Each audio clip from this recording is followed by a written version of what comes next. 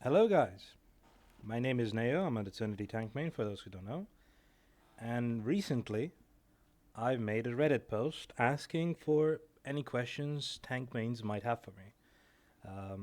My plan is to do this a little bit more regularly, ideally if I do get more comments either on this video or on another subsequent Reddit post I make, hoping this does well. So if you do like this and have extra questions, feel free to ask. And now, without any further ado, I will start going off of the list of questions I have and answer them one by one. So the first question we have here is from user BlackMoney97 on Reddit. And the question reads, he has multiple questions, but the first question is, if the other team is running multiple dive characters and Thing and Penny are banned, what tank would you play? So first things first, is there is a misconception in my eyes that something like a Thing or Penny is going to be good into multi-dive. Why is that? Well, the way multi-dive works is you usually have something like a Venom or a Cap soft diving in order to bait cooldown. So I would be like diving and then immediately dashing out, maybe getting a cloak bubble or something like that. Or maybe doing the soft dive a little bit longer, so like doing this, assuming that I'm hitting her a little bit and then dashing out or whatever. So that would be soft dive. So if you, as a Thing, right, you see the Venom dash in, you immediately pop this, right, so the Venom is grounded for 6 seconds. I'm still fighting, I'm still playing, I'm still battling, but then I can just pop my E as I'm walking out of your area and then shift out still. So this is something that people have a little bit of a misconception. The Thing is really good as a multi-anti-dive. That's the reason that why majority of comps that do run multi-dive don't actually get countered by sort of peel. They get countered by matching the dive, and instead of peeling or brawling that dive, you try to outdive them. How? By maybe running something that can survive for longer in the backline. For example, a character like White Fox is really White Fox is really good with her melee form. She can like brawl the dive for a really long time and provide a lot of healing. Ultron, who can put a bot on somebody and just sit in the air and not really get hit by the melee characters, and so on. Another thing is that while yes, Thing is good into dive with his shift, once this spell field is over, you're kind of a sitting duck. Similarly, for Penny, if you have anything that can get down her nests and her and bait out her mines, she isn't really gonna be good at stopping dive. She's a good area denial. She's gonna buff your supports into being that more brawly, more tanky type of character. But she isn't gonna be preventing the actual dive. There's not much peeling once that stuff is down. So characters that I love doing as an anti-dive is something like a Hulk. The reason why Hulk is because Hulk can be brawling in the front line. Boom, I'm back at the back line, I'm shielding. So that's something really good about Hulk, that he can just be in, out, and then also this, look how long this exile works. On something like a Venom, who can take some damage, right? I can take some damage on Venom, pop my E, and as you can see, my E, my overshield, has a little bit of time before it starts decaying. When you exile the Venom, that decay is still gonna start, so you're gonna be reducing his shield. I have a clip later in the video that's gonna be showcasing that when I do it in-game on a Venom. So something like that is really good. I think Thor is really good as anti-dive. He can interrupt Venom's swing, he can interrupt a Hulk, he can push around a Cap, he can demolish Angela, so he's a character that's really good at marking the dive and just not letting them get as much value. Rogue, similarly, is really good into that. She's a little bit more of a less damagey, more mobile version of Emma, because she can also do something like this and stun lock them, and also interrupt. Emma, similarly, has her diamond form, but she requires damage from somebody else. So let's say a Venom dives on Emma, I would pop this and immediately grab him. Let's say I have a Punisher or a Bucky who can headshot with the with Bucky with his primary gun or Punisher with his shotgun. That's gonna be melting the Venom really quickly. Same goes with Captain America. Of course, you gotta be good with hitting that because Emma's shift is on an 18-second cooldown, so that's something to keep in mind. Another character I really like playing into dive is Doctor Strange, especially now, because where's the team up? Yeah, here's the team up. So when I get this team up and I pop it, she gets a little bit of an overshield, I get a little bit of an overshield, and it has CC, as you can see. So I'm beefing up my my supports. I'm interrupting my Venom, the Venom dive, the DD dive if he doesn't have his deflect, the Black Panther while he's dashing, a lot of stuff. So I do like using Strange, but it does require the team up. But you're usually picking Strange for that team up. Another thing, while it's good, is let's say they have a Jeff who's also healing from afar, or anything else that enables dive, you can just block the heals by putting your shield up. So the heals are going to be blocked, which is really good. So those are usually what I would be picking to kind of counteract the dive, would be the brawl characters. And I don't even think Thing and Deadpool are really that good. I think Thing is really going to counter BP if you just mark the BP. He's really going to counter something like DPS pull, but he can be jumping above him. And something like a magic. Those are your real counters. But like Iron Fist can just like float over the spell field, and BP can just wait it out, just bait it. It's really hard to justify just picking Thing for dive, especially multi-dive, where you can get marked quite easily. So those would be my my best advice as a tank player, what you can do to counter dive. Next question, also from Black Money 97. For Deadpool, do you hold or tap to shoot? Also, what's the best way to secure final hits on Deadpool? Because I'm trying to learn him, and I always end up with less final hits than my other tank and DPS teammates. My damage seems to be in line with everyone else, though. So, the real issue with this question isn't about how do you secure kills on tank pool specifically, but how do you in general secure kills, right? So there's something that's called effective damage and something that's called just like soaking up damage. So let's say I am on tank pool, right? I'm in relative close range to a Groot on the enemy team, and I'm just shooting him in the body. As you can see, the amount of damage I'm actually effectively doing to this Groot is really slow. So that took me so much longer to kill him than if my shots were headshots. Obviously, that was much quicker. And then, if we add in the Deadpool in your area, as you can see, the time to kill is getting significantly lower. So, if you're just sitting down main and shooting down the tanks, you're gonna farm up damage. It's normal, right? But the lower damage you have and the more kills you get is actually the ideal thing you have. For example, how do you want your Spidey to look?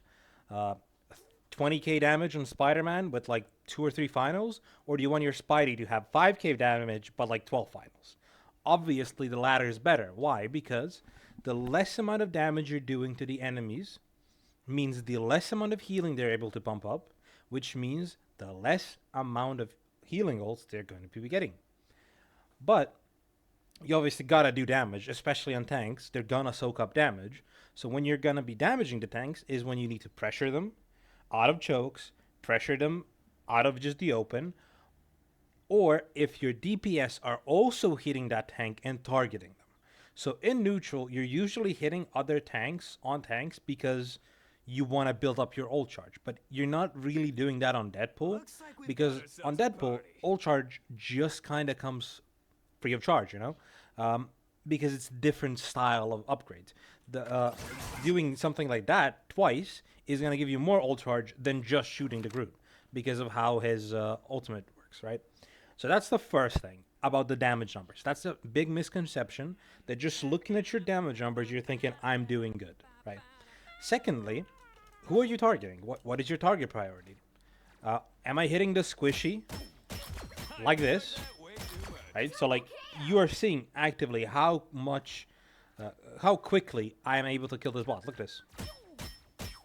So 4 headshots kills this bot, right? It's a 250 HP bot. It's going to be dead in 4 headshots. So if I shoot 4 headshots, I'm much more likely to kill a 250 HP target than if I'm doing to the body.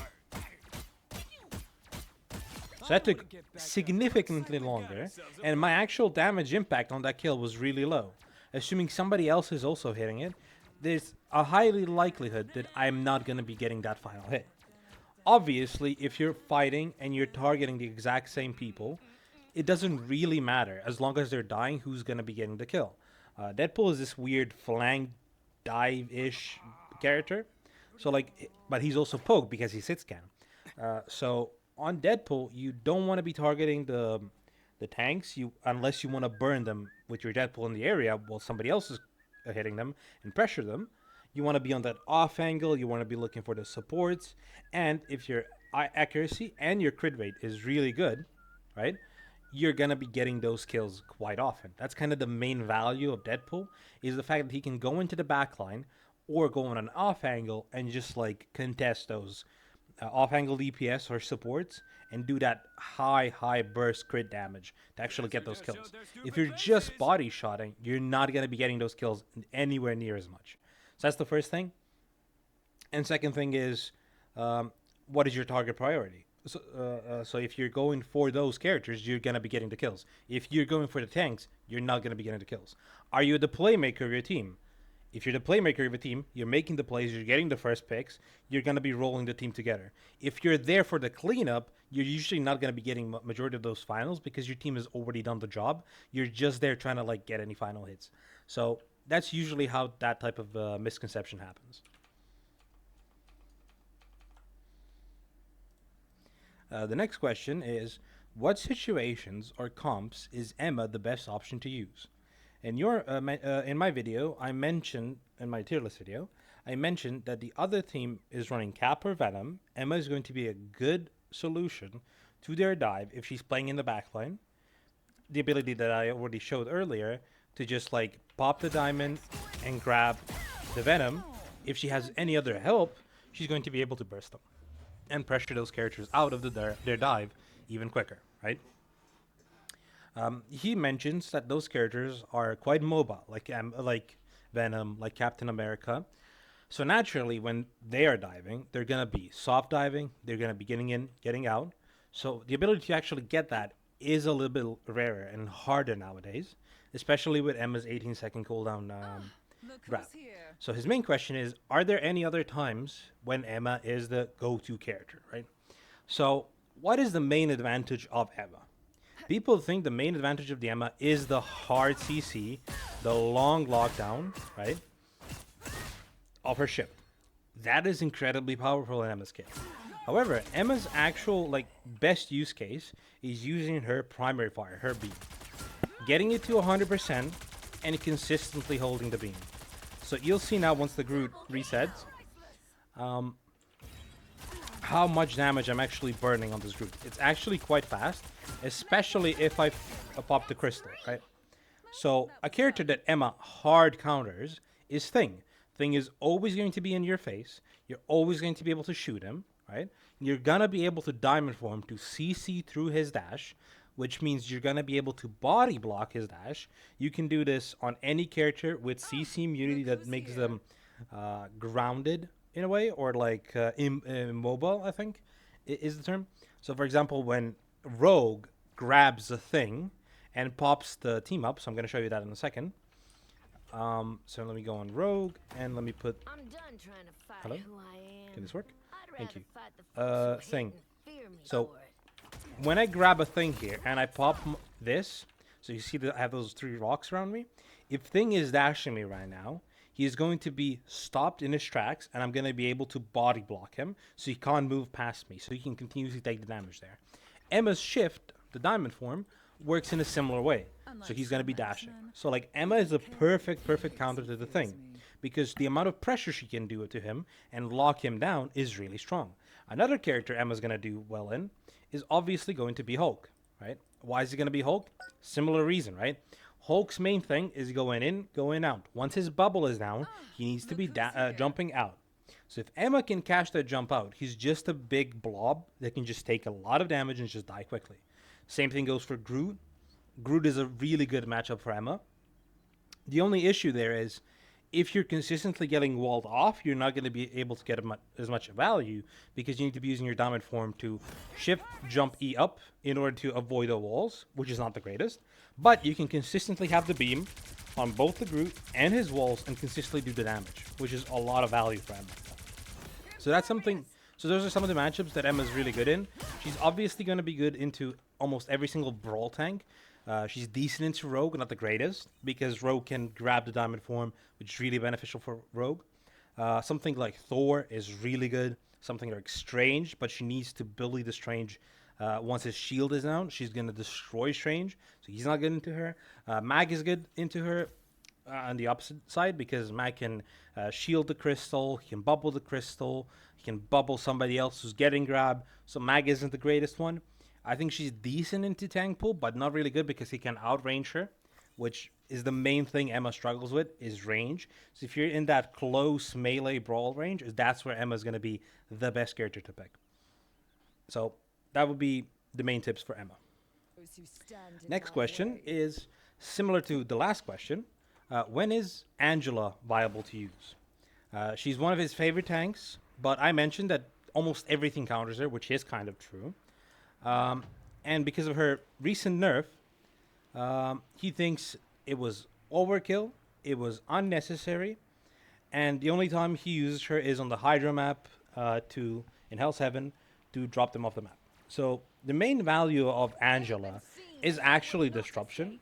The thing that the changes that I did to her mainly did was make her regular cycle lower. So usually, what you used to be able to do on Angela is soft feint the dash, the grab, in order to get it back in 2 seconds, shield around, and then basically have full charge to dash it again. So that's how usually your cycle used to be on on Angela. Nowadays, you kind of just have to like poke, like I did right there, which is hitting her primary fire when it's charged, getting the CC off, and then shielding, getting another primary fire charge because your shield gets you a decent amount, as you can see here, charge, and then using your dash as a long displacement tool, because now you can dash much longer, as you can see than before, which is really good, and you get your dash back quite quickly. Additionally, her brawling phase now is better once she's on the ground. She gets a lot more overshield. So using her in that pseudo dive, pseudo brawl type of thing, which is displace somebody, either the backline with your dive, or displace the tank from their backline and then brawling them, body blocking them, all that stuff, is kind of the best thing you're going to be doing with Angela. I do think she is kind of unplayable into something like Invisible Woman. She's hard countered by Invisible Woman. I wouldn't pick her there. And a really good Thor can just like shut down an Angel as well. But there is a decent spot for her in the meta because she's a dive enabler. Because if you are multi-diving, right, with maybe even another tank, but like ideally with 2 DPS or like 1 really good DPS, like a Daredevil or a Black Cat, you can easily just go on the backline, focus one of the supports that are more so immobile. Like if you get to the Luna, you displace the Luna away from the other support, body block her, start brawling her, and then your other DPS can either dive the Luna with you, kill her quickly, or dive the other person and kill them quickly. Depending on like what you're also building in comp, she works really well with Hulk because Hulk can bubble her and just like alleviate a little bit of that weakness. She works really great with Mag, same reason, bubble. She works great with Venom and Captain America because both of them can just hard dive somebody, and like when somebody's being occupied, Angela can pick up the slack on somebody else, or again focus the tank for your main DPS to shoot down. And similarly like that, that is the main thing that that Angela should be able to do. So like focusing the backline, displacement, and then long dives. The long push is your main thing because you take about 6 seconds to get your push back. But on the other hand, Uh, like I mentioned, your main counter being Invisible Woman, her Feels pull good to and step push is on a outside my 10-second bubble cooldown. every now and So you then. do have a decent window to come back, but a good Invis is also going to use her shift, which is 12 seconds. You're going to be like in a bad position there. So like Invisible Woman, in my opinion, is like the hard counter to Angela. You kind of don't play the game. With a really good Invisible Woman, she just got a perma mark you, and you're just not gonna be able to play the game. But if Invis is banned, and with how prevalent she is in the meta, that's gonna be happening. So those are your moments where you can easily pick up Angela and just work on your displacements. Like there's so much value in just grabbing a Magneto or a Strange or any other main tank and just rushing them behind a corner to your team and then body blocking them. That's something that like a lot of people need to learn is just body blocking on tank. It's something really important on Hulk. I'm going to be showing that a little bit later during different questions, but I definitely highly recommend you people to like work on that type of stuff. They So that's look the like they main mean thing I would business. recommend for Rogue. And another last quick question is, finally, what would you rank Rogue if she doesn't have her team up? That's a little bit harder to discuss because Rogue is kind of in a Turn off weird my spot. power, Her so I ult might as cycle well is kind turn of it up. really bad if she does not have that team up. Her damage output is also not good. So you gotta basically burn all your cooldowns to actually lock in somebody and just kill them. And then if they get healed, you're not gonna be able to do that. Next time I won't Um, go so easy and on on you. the other hand, she is incredibly good at surviving. Her block is one of the strongest tank abilities in the game. It doesn't full block, right? But it does draw in projectiles to her, and she takes incredibly reduced damage. Like, look at the amount of damage I'm taking. So I was taking 5 damage. Look at this. So this is 10 damage, and regularly I would be taking what 25 damage. So that's a really big decrease in damage. So she can survive a lot. And as you can see, like look at the amount of once I get my cooldown back. Look how much you can just like cover in a really short amount of span on Rogue. Keep blocking. I got my overshield with my kicks. Keep blocking. Dash again. Like I can cover so much ground so easily on Rogue. I can go from the enemy backline to my team backline in a really quick amount of time while also being super mobile. However, unlike with Venom, who can just insta dash, but he doesn't have any other dashes, she can be interrupted. She can be shot down. So I do feel like Rogue is in an awkward spot where I feel like she is outclassed by other Brawl heroes like a Thor, like Strange with the Team Up, like Hulk, but she isn't bad by any means. I would think she would be somewhere probably above Emma, below Thor in that range. But you usually do just want to insta pick this character once she is open on her own. You know? But yeah, that's about that for Black Money 97's questions. On to somebody else. All right. Next up, we have questions from Plus Add Numbers on Reddit. He has 3 questions. The first question is, how can I take agency as a tank? The question there is mainly, what do we mean by agency on tank? Similarly to how supports are usually accused of heal botting, people do accuse some tanks of just sitting down main and waiting for stuff to happen. The poster child of this is Magneto. He is the best tank at enabling other characters to do their job, and the best tank at just holding down the position. So how do you take agency? Well, for example, the easiest way for me to show it is on a tank like Magneto. So, am I going to be shooting at the enemy tanks? Let's assume this is the usual lineup, and let's assume these are the supports.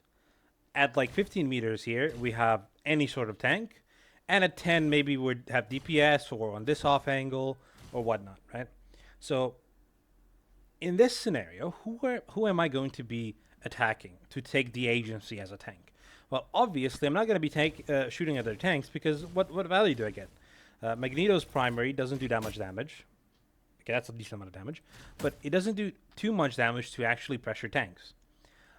And he only gets 10 shots. His reload speed is abysmally slow. So by the time he reloads, you're usually going to get full healed as a tank. So who am I going to be shooting as Magneto? Well, obviously the squishies, right? Because the squishies in the backline are those who I do want to pressure. Why? The first reason is burning their own cooldowns to heal each other rather than their team. So let's say I'm shooting these guys, and let's say this healer over here doesn't actually take enough agency to heal the other one while I'm poking them. And then let's say this is a cloak and dagger, they're gonna have to burn their bubble to self heal. They're gonna have to burn the invis shield. They're gonna have to double jump on invis. They're gonna have to use Loki lamps because the other support isn't taking the agency themselves. In these scenarios, you're already creating value. When this type of stuff happens, you usually see the supports taking a little bit less attention off of their tanks, which means the tanks are going to be on pressure, which means they're going to fall back and you can push up slowly. So this is how you create and take space as a tank to complete the different things. Additionally, I said let's say that we have another flank character here. While on Magneto, if I right click, I do a lot of damage and I do a little bit of a stun.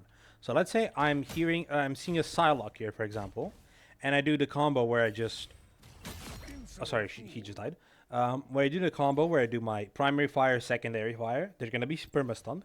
If I call it out as I'm marking the Psylocke, my DPS can shoot her and she can die. That's the agency you're taking on somebody like Magneto. It's who you are going to be shooting. Magneto doesn't have too many tools to think about, but when you know how to actually use them, you're going to be getting a lot more value. So if I'm just standing down main, shooting a Groot here, and maybe even shooting like with the splash AoE damage rather than the direct hit damage, I'm just doing literally nothing, wasting my cooldowns. Similarly, you want to know when you can take damage, when you can't take damage on a tank. So on Magneto, for example, you have two defensive tools, right? One of those defensive tools is going to be your shield, and the other is going to be your self bubble. Both of these abilities have cooldowns. So you don't want to be wasting them. You want to be using them on big pressure, but you also want to be giving your backline a lot of time to build their support ults. So if I'm being put under pressure, I want to be looking to get behind some walls, trading health with my other tank, and then using my cooldowns as a last resort when I really need them to.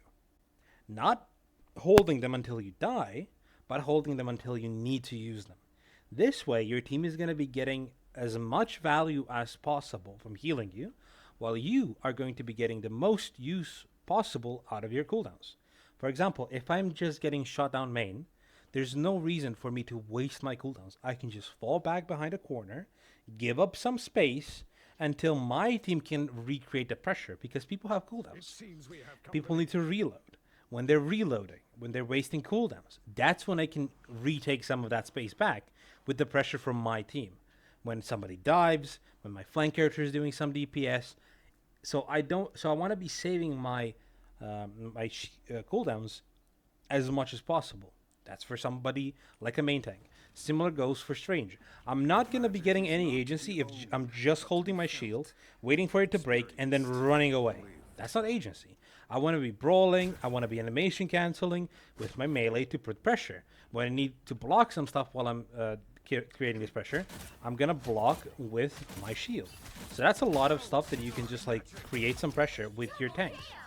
So those are the main tanks. Similarly with Emma. Agency. Well, this guy is overextending. Well, let me just do something like this and kill him. Right? That's agency in a tank. It's creating those little opportunities in the neutral fights where you can just like do your biggest value. On Mag, it's the stun. On Strange, it's the blocking of the enemy heals, or pumping the combo, or bursting them. On Magneto, it's using his right click or his secondary fire in order to micro stun so we can get some follow up. On other tanks like Angela, it's displacing somebody. While you're waiting in neutral, you're doing mostly waiting on Angela, for example. On somebody like a Thor, can I take an off angle? Can I contest their DPS? Can I take their tank? Can I just like boop him behind a corner here, kidnap him, and then start fighting him there? On somebody like a Venom or Cap, how many cooldowns can I bait out of the enemy supports? Who else we have? On Groot, can I wall up this tank and create a lot of pressure on them? Can I do this to their backline, which is even better? So there's a lot of nuance between each character and how you can take agency. But the main goal that you can do, as I was explaining through Magneto as an example, is where can I create the most amount of pressure on the enemy team? And that is going for the weak links. The weak links are the characters with the least amount of survivability and HP. On off-angle DPS, or support in the backline. Once you burn those cooldowns, once you create pressure on them, the rest of the team can start falling. But if you're just sitting down main, waiting to get pressure to fall back, and waiting to do damage to the tanks to push forward, you're never going to have the actual agency and the ability to playmake. Every single tank ultimate, the goal of it is to playmake. Like, look at this. That's a playmaking ultimate. But I need to create the space in order to be able to take this opportunity to ult their backline. That's who I'm going to be killing. Look at Magneto. Look at Thing's ult. Look how long that stun is. That is a playmaking ability. Same thing goes for Emma ult. This is a playmaking ability. So my job is to create as many micro playmaking abilities, punish everybody for their mistakes, and create pressure. That is my job as a tank. I'm not going to be creating the space on my own. I need my DPS to be doing damage in order for that space to be created. But the second that space is created, I as a tank need to take that space.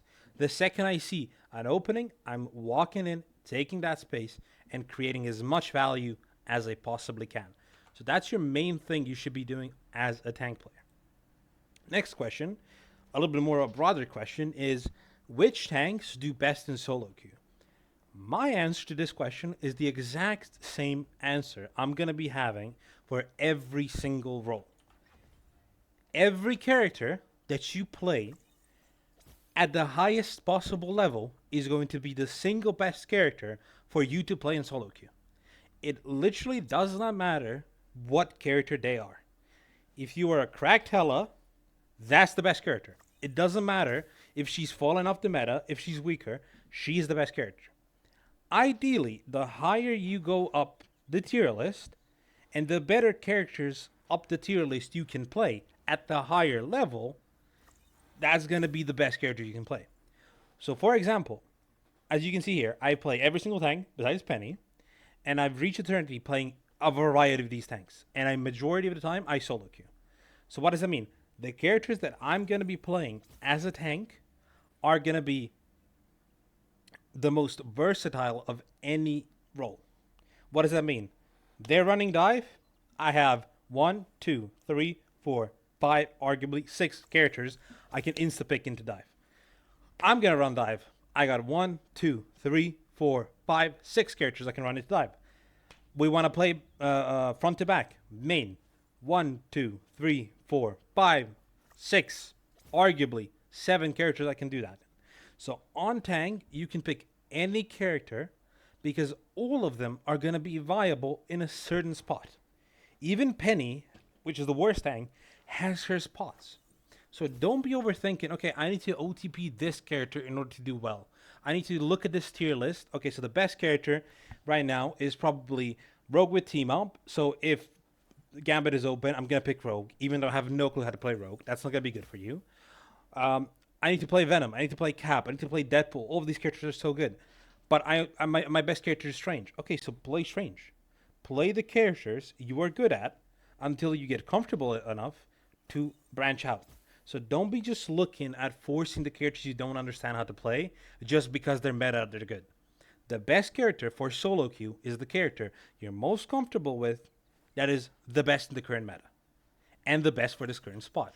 So usually every single tank player, in my opinion, should be the jack of all trades because as many tanks as you can pick is going to be good. When you're looking for more competitive, for MRC, for Ignite, you're going to have your main tanks and your off tanks. And you're going to be usually picking around those things. But for your average rank, you have no clue if you're going to get a second tank, if you're going to get a main tank or an off tank. So just pick what you're best at. Even if you're solo tanking, Venom can solo tank, Cap can solo tank, Magneto can solo tank. All of these characters can effectively solo tank if you're getting value on them. If you can't get value on them, fall back to something you don't think is gonna you think is gonna be working better because you're a tank. You're the jack of all trades. So just have that mentality instead of what do I need to pick in order to do well in solo queue. Every single one of these characters is viable right now. So whatever you think is best for the situation and you do best on, pick up the character and just play them. You're going to be a tank. You can learn all these characters. You have the time to do it. Rank only matters as far as you want to improve, because higher level games are going to be usually better in terms of quality and skill expression. So your goal should not be to just hit a higher rank, but to actually improve. And on tanks, you do that by mastering your character and having a good toolbox to just like jump in. Ideally, if those characters fit the meta, that's better for you, obviously. But if they don't fit the meta, you can still do really well on them. And you should know your matchups. So, for example, I can tell you the best solo queue tank is Thor because his carry potential is really high, right? But then you're running into an Emma, a Thing, a Punisher, a Bucky, an Invisible Woman, and I don't know who else we have here on supports, and let's say a White Fox. You should not run Thor into that team comp, obviously, regardless of how good you are, unless you're fucking Jeremy. But even he doesn't win those games. Um, so there's no like one size fits all answer to this question. Just pick what you think you're best at, and that fits the meta the best. That's kind of the answer. And I think I also kind of covered the answer to your question. What's the mindset behind counter picking? As I mentioned, tanks are the Swiss Army knife of players. Why? Because we have a counter for every situation. We have a pick for every situation. They have a lot of down main damage. Well, I'm obviously not walking out on Thingaling. I'm gonna get a Magneto, right? Because they have, let's say, a Punisher. They don't have a Punisher, but they do have a Moon Knight who's also shooting down main. Well, let me get a big shield in order to cover that, right? They have a lot of Brawl, but let me just go Emma and just Diamond Form them. Oh, they don't have Invisible Woman, and they have stationary targets. Well, let me just go Angela, right? They have a really weak backline. Well, let me just go Venom and dive them. So, like, that's kind of the logic of counter picking, or the mindset behind it. You want to pick stuff that is best for the situation that you can play, or adapt your playstyle. Something like a Thor is really good because he can shoot down main, not the greatest, but he can. He can obviously brawl. He's the king of brawl, right? And he can dive. So like Thor is a good option to just like transition between these different playstyles, and learning that kind of need to counter swap. Because if they have a lot of brawl, you can just sit down main on Thor and just like demolish everybody and just like consistently keep yourself in the fight. If they have a lot of poke, you gotta play more corners, flank angles, contest. If they have a weak backline, you can maybe just play back to front fully and just dive. Uh, and that's kind of how you're going to be thinking about every single character in the game. However, as you can see, there's like 46, 7. Oh my goodness. I said that meme. There's a lot of characters in the game. So there's so many possibilities for team comps, which makes it much harder to actually tell you when this is happening, pick this to counter it. But knowing what works best, especially as a tank, is going to help you realize moments where you can actually just switch around the little things that are going to matter a lot, you know? Is my dive going to be super consistent and long? Cap might be better than Venom. Is my dive going to be multiple soft dives before I go for a big dive? Maybe Venom's going to be better. So there's a little matchups. There's going to take you a little bit of time to learn on tank. But once you do learn it, it's going to feel so good to see, okay, I need to switch to this tank now. Okay, we need a Groot. I'm going Groot. We need a Mag. I'm going Mag. I had a scenario recently when I was duoed with another tank player. And you could just play around that fact that we have this amazingly big toolbox and we can both just switch between the stuff we need. I was in Captain America. That wasn't working the greatest. I went Venom to create some space. That wasn't working the greatest. He said, okay, they have a Punisher now. Go Mag. I went Mag. Then we had a Moon Knight. So for Moon Knight, I'm going Strange for the bigger shield and the longer shield. And stuff like that. And then going back and forth between that. He's like, okay, I'm not creating enough space on tank pull. So let me go on Captain America to play more back to front. Okay, I need tank pull again. So it goes back to tank pull. So like switching these things on tank is something that's really, really valuable. And something you should definitely start investing in as a tank player. Learning the variety of different tanks. So that would be the answers to your questions. Okay, so we have a little bit more of an interesting question here from I'm gonna call you Freedom. I don't know how to read your name. Um, so he's saying, man, how do I shield tank for a team that doesn't follow me and consider the off tank as the anchor? Had some games in both GM and Diamond last season where people would rather follow a tank pull or a Hulk over me Strange and asked me to peel instead of frontline. Hulk can bubble both supports and has a stun and one of the best mobilities in the game. Tank pull has the AoE damage reduction for all, and he can dash sword on the dives. But the multi healers in both games considered Strange, the peeling tank, and it was fine for them having tank pull at the front line. Sometimes I really don't, start considering insta-lock and DPS and so on and so forth. Enemy in front of us.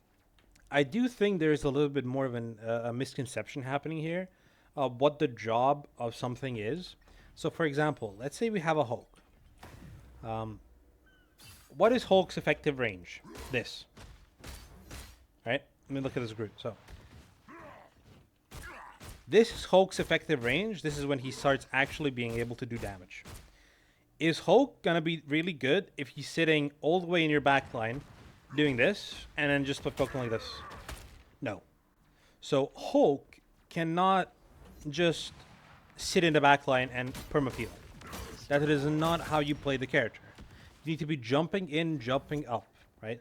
But who is going to be creating more of the space, baiting more of the cooldowns, being more in the front line, being deeper in the fight? Well, that's going to be Hulk, not the Strange. Because on Strange, you have one cooldown to get deeper in or deeper out, and that's your shift. Now with the cancel and the B-hop afterward, you can do a lot more. However, it's one cooldown. That's all you have. Look, 12 seconds, and I'm done. I can't go any deeper, and I can't go any further back. That is it. So if I, as the Strange, I am over pushing to the point I am behind the next corner before my card is there, my supports are there, well, obviously they're going to get dove much easier, and they're not going to have any pressure. Meanwhile, the Hulk, well, look what I can do in Hulk. Sorry? So let's say I am peeling, I bubble my backline. Oh, I'm brawling the front line. Oh, I'm back on the back line, right? Stunning this guy, right? I'm brawling the guy. He jumps, I jump, I'm not brawling the front line. Oh, he's going back in. I'm bubbling my back line. And the loop is going to be continuing. So Hulk isn't really going to be peeling. He doesn't do that much damage. Hulk's peel is to bubble and stun. That's his main peel, right? And then just clapping every now and then, right? So you are the anchor, but your supports are going to be responding to the space not created by you, unless you're ulting or diving with the Strange now, if you're flankerly blessed like Imperator. But the main people who are going to be creating the space and who do need the pocket more are going to be your off tanks. It is going to be your tank pull. He's going to be the one on the off angle. He's going to be the one creating pressure and creating the space on the backline. So these are the things that your supports do kind of understand maybe a little bit better than you. And depending on what your backline is, if you are Strange with the Invisible Woman team up, like I mentioned before, your Maelstrom of Madness, your E ability, is going to be able to CC and give overshield, and you have much higher time to kill than a Hulk. Because look at this. You can even do this quicker. I think these guys were already poked, but... Look. So, that's your time to kill on this guy. Look at Hulk. Right? It's much slower. So naturally, you are able to peel on Strange. And you are the anchor, but they do need to like create to walk on the space of your off tank, and they need to play around your off tank in order to actually get that space. Because if you just have a Hulk jumping into the backline and not getting healed, he's just gonna get blown up, and he's gonna jump in, start getting hit, and gotta jump immediately out, doing what, like 3 or 4 damage, basically, because it's out healed, you know? So, depending on the actual scenario you're having in your game, which, if you do have something similar happen, I would love to VOD review it. But there isn't much more to be discussed there, because you as the anchor tank are not going to be the one who's going to be followed non-stop. And I also don't understand the moment where you're saying they're following your Hulk instead of you. So are they walking past you? Are you not following up on the space that your off tank is creating? I don't really understand the scenario here. But as a strange, as the anchor, you're gonna be able to peel, and the Hulk needs to jump in and jump out in order to extra peel. But they cannot be just sitting there AFK and waiting for the dive to happen. They gotta mark it early. They gotta go and create the space because if somebody's diving, let's say it's gonna be a tank and a DPS diving, that means their backline is not as protected, so you can actually go on them and create that pressure.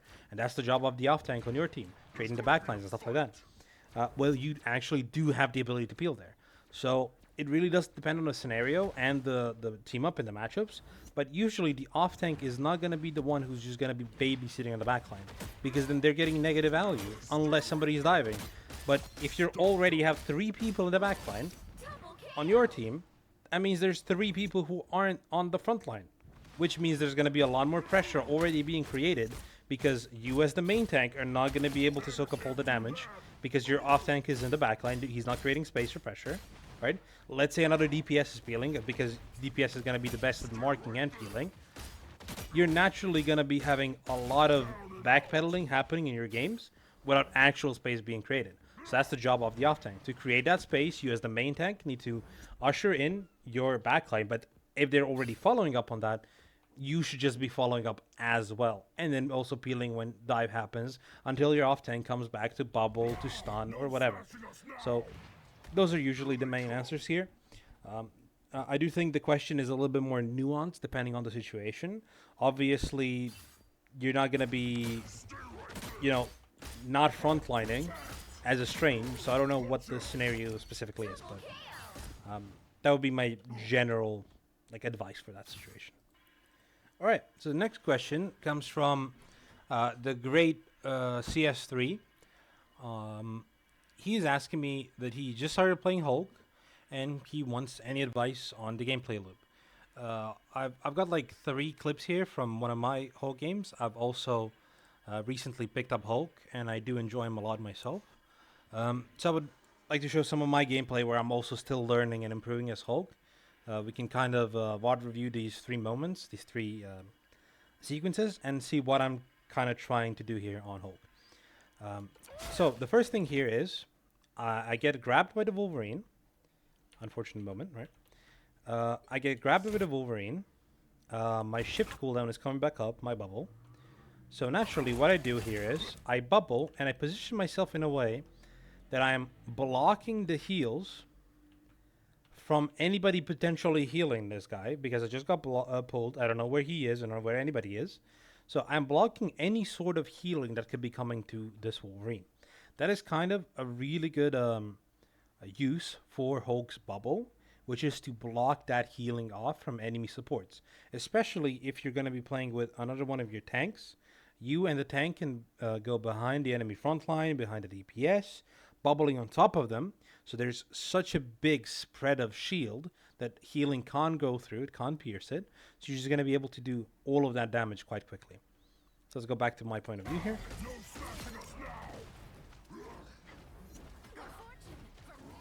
So as you can see here, we got a pick, we traded, my DPS is dead, their DPS is dead. My job here is, because I know their main DPS is dead here, being that of Wolverine, their next biggest threat is this tank bull and the Luna in terms of damage that can pressure me. So I'm trying to go back and bait out some cooldowns. This is the next thing I'm doing. I'm looking at the tanks, getting their attention. So tanks know where I am. I'm jumping past them, right? Bubbling myself instantly onto their supports. And I already baited their Invisible Woman to go back. Their Venom is looking at me. Their Luna is looking at the Invisible Woman to heal her. And Thing is using his shift.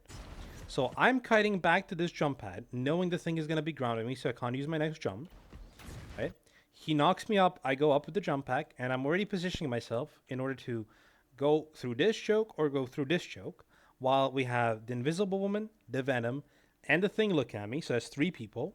We know their Wolverine is dead, so there's 4 people. That means their DPS is going to die. So I created a space in this scenario by making almost their entire team that is left here. Luna did go back to look at the Deadpool, but it was too late. Looking at me, by simply jumping in and bubbling, baiting out his shift, her bubble. Did she also use a push or pull? I think she didn't. Yeah, she didn't use anything else. But her positioning went from here, where she was also helping him, to all the way back here, where she couldn't help him at all. Luna instinctively looked at her support to heal her, while both the tanks are looking at me. I'm getting out completely unscathed, as you can see here, leaving the enemies to just easily roll over my my backline. Or sorry, leaving the enemies, leaving my teammates to kill the remaining enemy. All right, let's look at the second clip. So what happens here is I'm noticing up here that somebody is stealing my card, most likely the Venom. So I realize that it is my job, because of my mobility and my ability to actually pressure him, to mark this Venom. It is not smart for any of my DPS to do it. They should be diving, and they're not going to be sustaining that long into the Venom.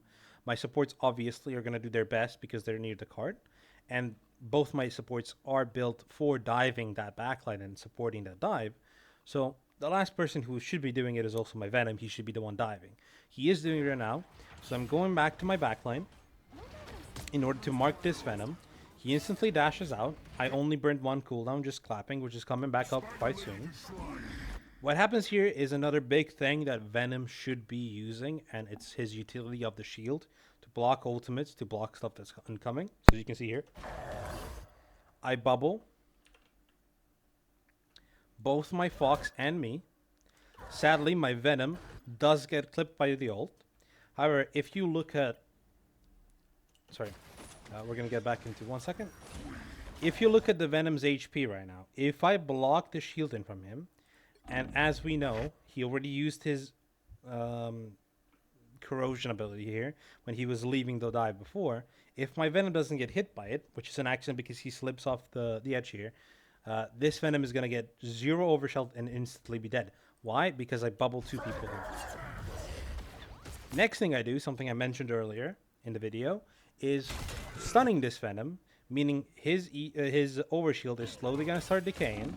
We don't have anything to pressure, so he can't pressure. As you can see, we are down a player here. We get the Kumiho ability. I was instinctively already jumping out. She ults. I jump back in to get the healing. I bubble her, and as you can see here, look how many bubbles are happening here. We're all looking to block this thing out of the ultimate in order for him to not be able to heal, so we can keep this fight going. One thing that I should be doing here, for example, is a mistake. I should continue diving in with my Fox, but I'm a little bit hesitant to overly do it because we don't have vision. So I should already be deeper in here. I dive, I block, I stun the thing. My bubble comes in low. I don't get to save my Fox, but we reset and we go for the next fight. Regaining that pressure because we initially marked that Venom. We countered his ult. We got the enemy Invisible Woman ult, and we saved our Fox as long as possible with those bubbles. So that's another utility thing for Hulk. And let's see the next clip afterwards. All right, this is the next clip. Here we're going to be looking at a little bit of ult usage and what I'm looking to do usually with Hulk. So as you can see, we're getting pushed up. We get a counter pick, right? I believe our one of our teammates, our Daredevil here, is still reset, but he's gonna start getting out of spawn, be relatively quickly, and this guy just died, so we're retaking the pressure. I jump behind the tanks, looking at the Magneto, who's over pushed, and I'm nudging him towards the corner on the right side, so that I can block his path here. I jump again behind him, doing the exact same thing, blocking him, and then ulting to cover as much LOS as possible, because the next thing the enemy can do, only Invisible Woman can heal him. The Luna cannot, because he's fully blocked currently. As you can see, she also has the flake on the Magneto, so I'm fully blocking the heals. If this was a different character other than Invisible Woman, those heals would be fully blocked. So I ult here, and as you can see, I knock the Magneto into my team, and I'm immediately looking to isolate these supports. So those are your primary targets. I know the juggle is cool.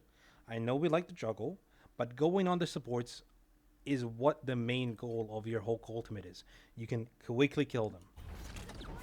I miss my E there, which is unfortunate. I missed the exile.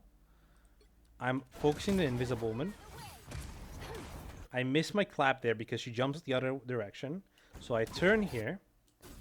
I clap the Luna, and I do hit this stun on the Luna. I turn around, I kill both the supports. And what I'm doing here is using the rest of my ult to delay this Magneto's death as long as possible. So both of the supports are dead currently, right? So if I kill the Magneto at the same time, their respawn cooldown is about the same.